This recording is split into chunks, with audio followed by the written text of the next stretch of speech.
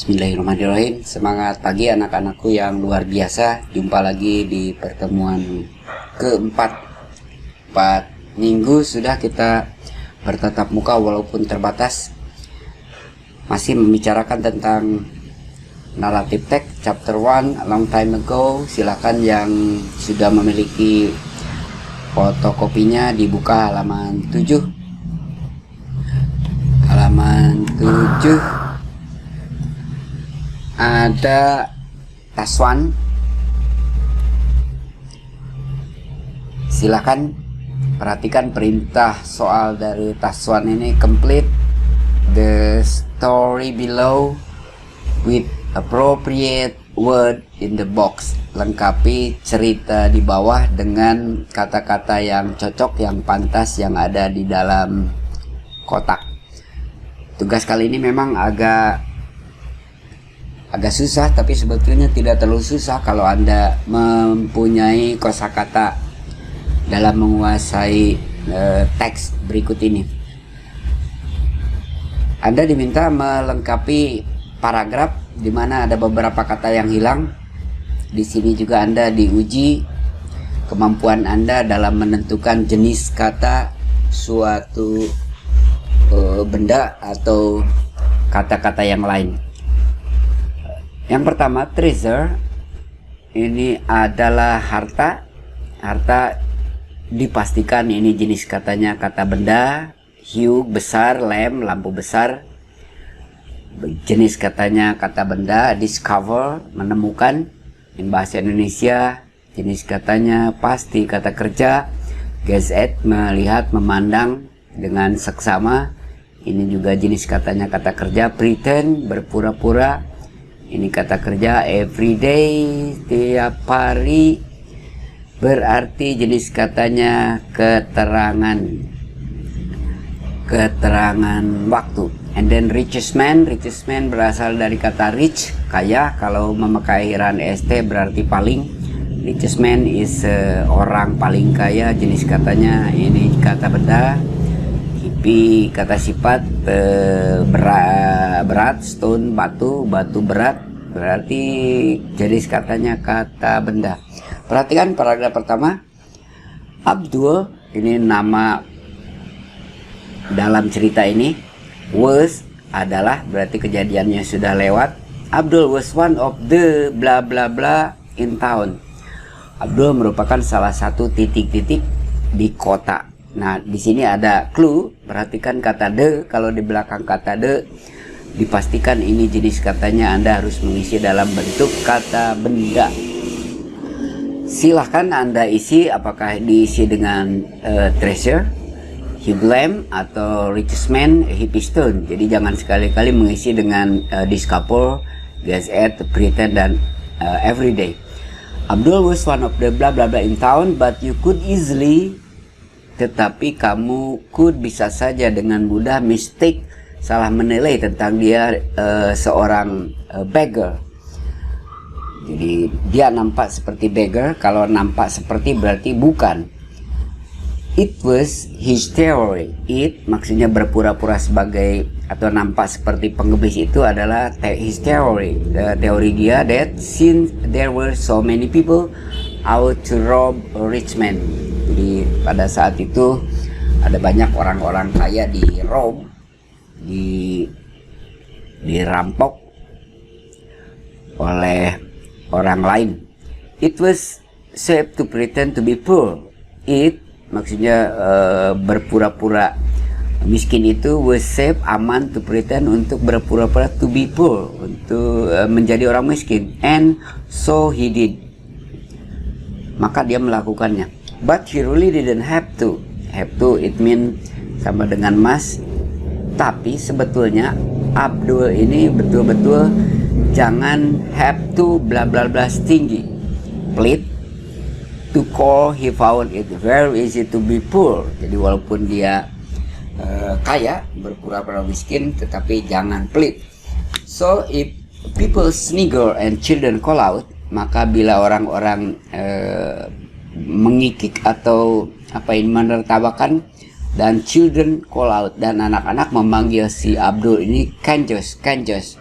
dalam literatur ini can just mean, bahasa India it mean is a kikir atau pelit. Jadi anak-anak memanggil dia itu adalah si pelit. Whenever he pass by, kemanapun dia lewat di kota itu, dia memakai pakaian yang compang-camping. Abdul become more and more content with his growing pile of money as the years went by.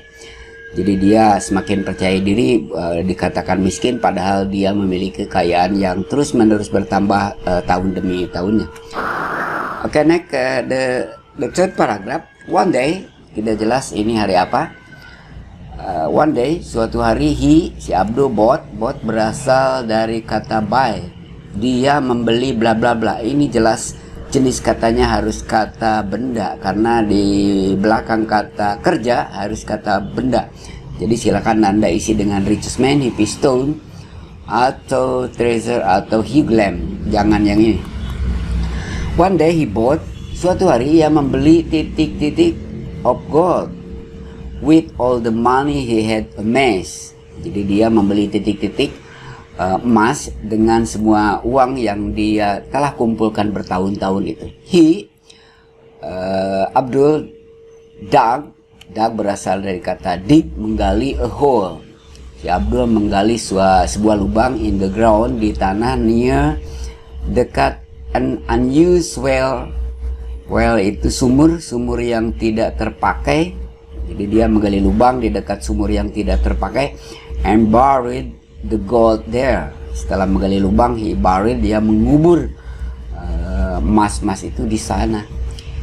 Abdul was sure, Abdul yakin that no thief, Abdul yakin bahwa tidak ada seorang pencuri pun would be able to find that place, mampu menemukan tempat itu, karena emasnya dikubur tentu saja. With this happy thought, dengan pikiran yang senang, Abdul check on, Abdul itu memeriksa his bla bla bla daily.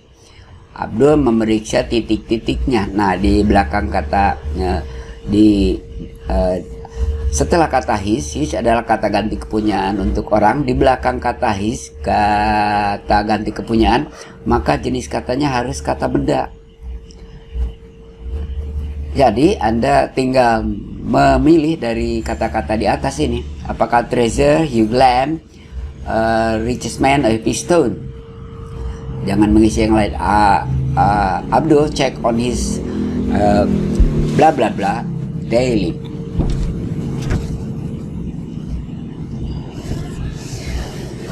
Okay, next number 5. But can really keep hiding place hidden if you look at it.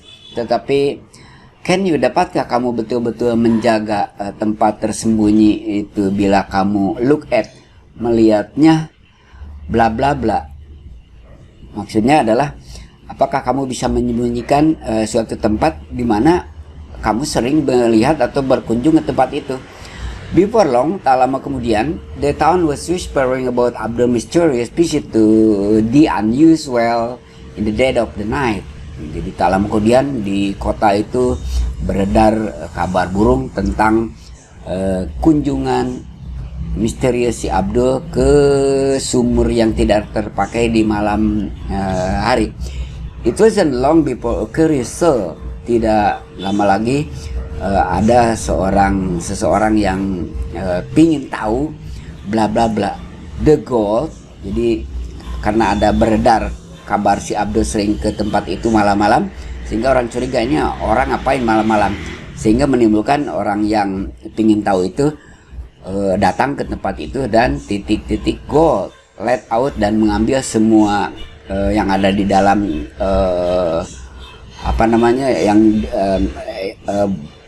barang-barang berharga yang dikubur oleh si Abdul ini, and run away. Dan setelah menggali dengan riang dan menemukan benda itu dan membawa kabur harta itu.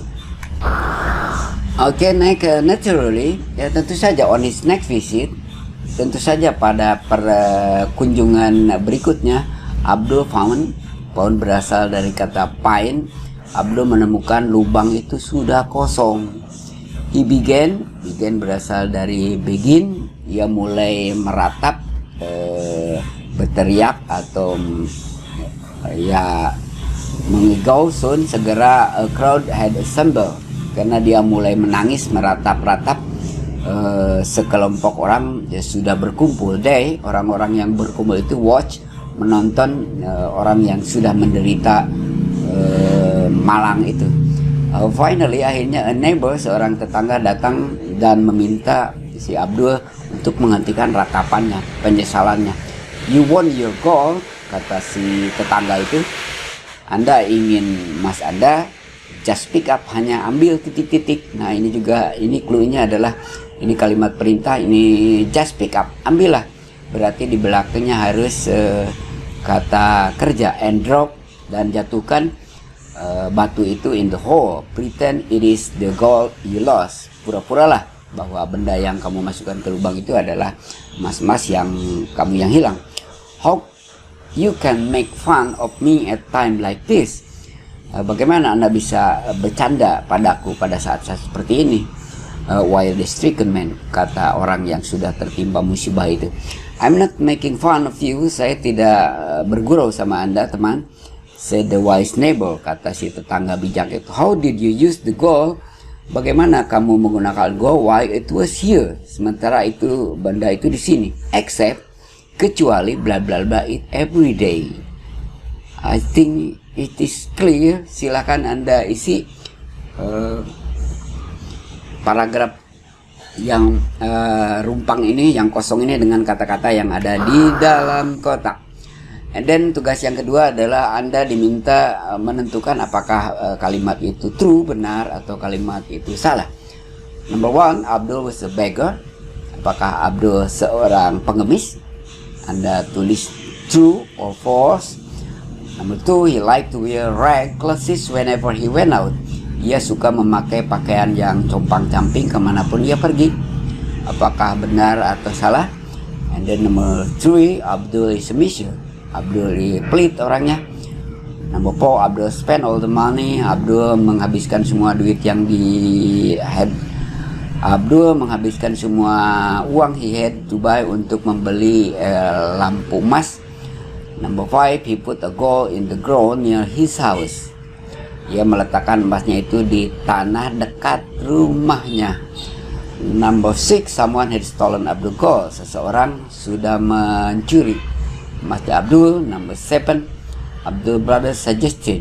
Jadi saudara lakinya Abdul menyarankan bahwa dia harus menggali lubang, harus pick up a big stone, mengambil batu dan menjatuhkan batu itu di lubang.